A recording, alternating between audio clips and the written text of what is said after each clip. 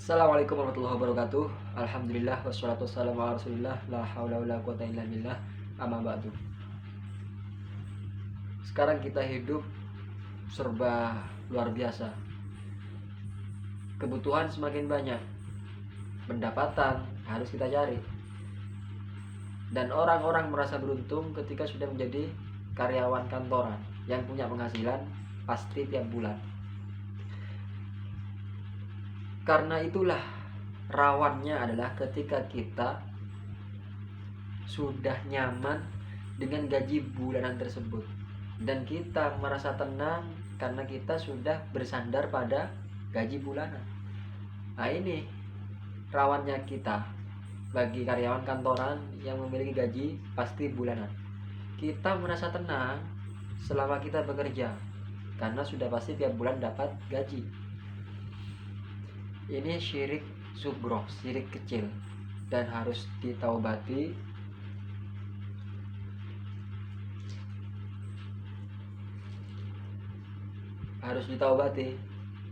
Dan perbarui imannya dengan mengucapkan la ilaha illallah.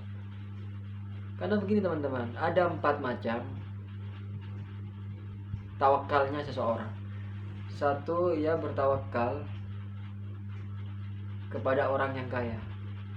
Selama ia berdekatan dengan orang kaya, dia akan tenang hidupnya. Yang pertama. Yang kedua, selama ia punya uang, ia akan tenang hidupnya. Yang ketiga, selama ia punya orang tua, ia akan tenang hidupnya. Yang keempat, selama ia punya Allah, ia akan tenang hidupnya. Lah, yang karyawan ini ada di fase merasa tenang ketika punya uang, atau merasa tenang ketika punya bos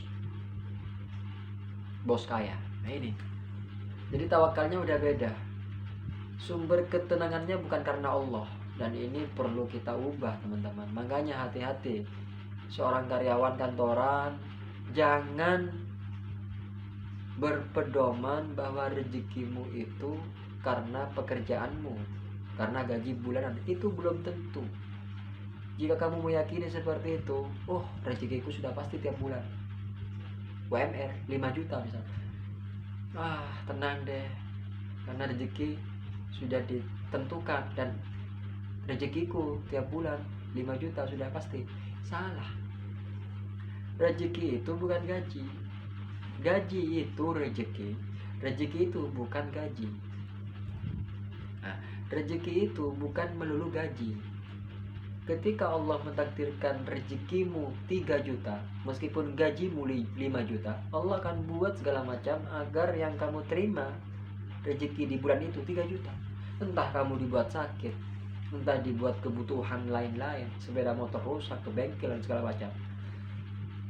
Bisa jadi orang yang gak kerja kantoran ditakdirkan 1 bulan 5 juta, banyak aja. Ada undangan, ada pesanan, ada tetangga minta jasanya dan segala macam. Maka jangan berpatokan. Nah, perbaiki kita, niatnya adalah sekalipun siapapun profesinya, tetap pautkan bahwa rezeki ini dari Allah. Aku ini kerja hanya untuk ikhtiar, sebagai penghambaan. Tetapi semuanya yang mentakdirkan rezeki ini adalah Allah. Sebagaimana Siti Hajar yang berusaha untuk mencari minum untuk anaknya, Nabi Ismail alaihissalam. Siti Hajar gak diam saja karena istrinya Nabi, lalu dia minta doa. Tidak, ikhtiar. Fata Morgana di Bukit Sofa, kok ada air, lari ke sana. Aduh, gak ada Fata Morgana. Noleh ke Marwah, kok ada air, Fata Morgana. Lari terus. Dan itu jaraknya ya lumayan. Khawatir Nabi Ismail nangis, cari di sofa lagi, mundar-mandir 7 kali. Ini bentuk ikhtiarnya. Tapi ternyata Allah memberikan rezeki di mana? Di Nabi Ismail, bukan di usahanya Siti Hajar. Nah, ini hikmahnya adalah Allah kalau ngasih rezeki memang suka-sukanya.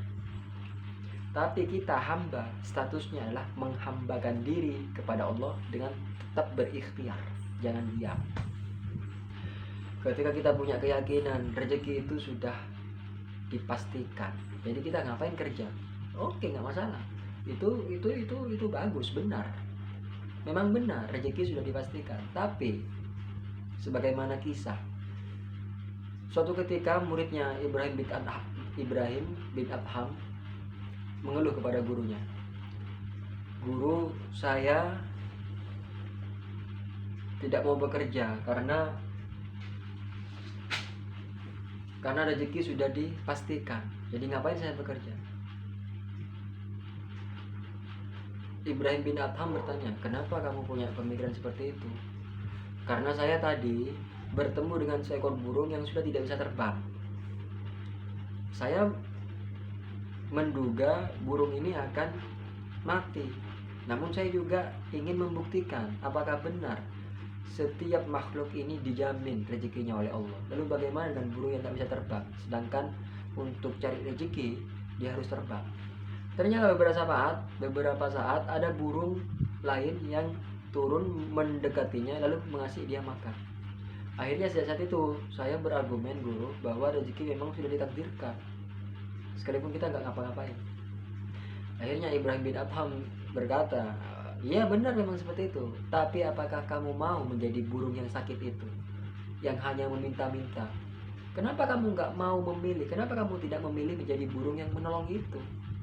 Kamu ikhtiar berusaha cari nafkah, cari kekayaan, lalu menolong yang lemah itu tadi." Nah itu loh. Jadi rezeki memang ditakdirkan, tapi kita jangan diam.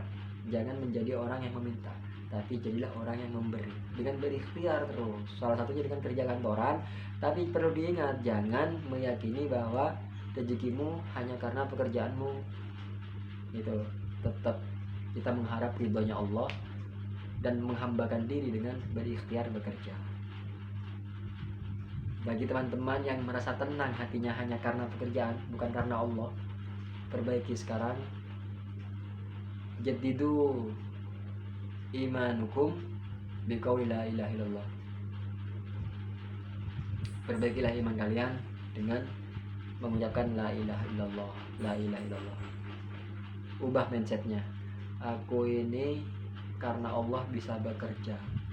Kalau nggak ada Allah, aku akan dipecat dan akan segala macam. Jadi tetap tawakalnya tetap kepada Allah. Yang tiga lainnya ini salah semuanya. Bertawakal, merasa tenang ketika punya bos kaya. Kalau bosnya mati, kamu juga sengsara. Bertawakal ketika punya harta. Kalau kamu jatuh bangkrut, kamu akan sengsara. Bertawakal kepada orang tuanya. Kalau orang tuanya meninggal, kamu akan sengsara. Tapi bertawakal kepada Allah, kapanpun Allah maha hidup, maha kekal, kamu selamanya tidak akan sengsara. Subhanakallahumma bihamdika asyhadu an la ilaha illa anta astaghfiruka wa atubu ilaik. Assalamualaikum warahmatullahi wabarakatuh.